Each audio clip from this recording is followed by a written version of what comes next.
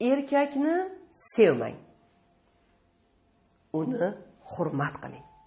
Ko'p erkaklar uchun sevgini o'ldim kuydimlari, chiroyli so'zlar, chiroyli gaplar, asalim, shirinim degan gaplardan ko'ra hurmat tili muhimroq turar ekan. Erkak kishiga sevgidan ko'ra hurmat, itoat birinchi navbatda turadi. Ayollar esa sevgini chiroyli so'zlar, erkalashlar orqali qabul qiladi va o'zini tilida erkakka sevgi izhor qiladi. Asalim, po'mpaloqcham, kichkintoyim, yumshog'im, ayiqcham. Erkakka bunday so'zlarni zinhor ayta ko'rmang. Erkakni ayol sevsa, mehribonchilik qilishni boshlaydi. Issiqxona kiyinib oldingizmi? Sovuq suv ichmang. Oynangizni yopib qo'ydingizmi? G'amxo'rlik qilishni boshlaydi. Keling, tuflingizni o'zim bog'lab qo'yaman. Keling, remeningizni qadab qo'yaman. Keling, mamuningizni qilib qo'yaman. E'tiborini tinimsiz telefon qilib, qayerdasiz? Nima qilyapsiz? Nima yedingiz? Deyishni boshlaydi. Bu ayollarning sevgi tili. Chunki biz ayollar shunday e'tiborni xohlaymiz va nimani xohlasak, o'sha tilda gapiramiz. Erkaklar esa buni aksincha qabul qiladilar.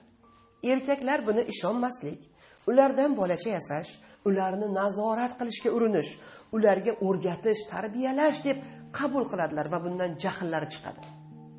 Men tajribamdan kelib chiqib shuni aytamanki, erkaklarning eng yomon ko'rgan so'zlaridan biri qayerdasiz degan so'z ekan. Qayerdasiz dedingizmi, erkak o'zini xuddiki nazorat qilayotgandek tepasida onasi turib olib uni tergayotgandek his qiladi va bundan albatta nima ishing bor degan javobni olasiz. Ayol tushunmaydi. Men unga g'amxo'rlik qilyapman-ku. Ayollar, erkakka g'amxo'rlik bu hurmat va itoat. Agar erkak o'zini sevimli his qilishni xohlasangiz, unga quyidagi narsalarni qilmang. Erkakni gapini bo'lish mumkin emas. Erkakka o'rgatish mumkin emas. Erkak bilan sporlashish mumkin emas.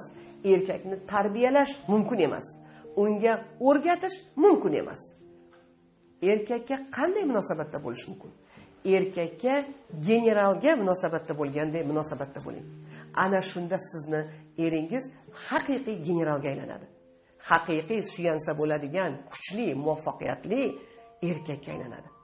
Agar tepada aytgan xatti-harakatlarni ko'paytirsangiz, siz o'zingiz uni bolachayu, o'zingiz esa ona bo'lib olasiz. Albatta, katta bo'lgan bolaga bunaqa ona kerak emas.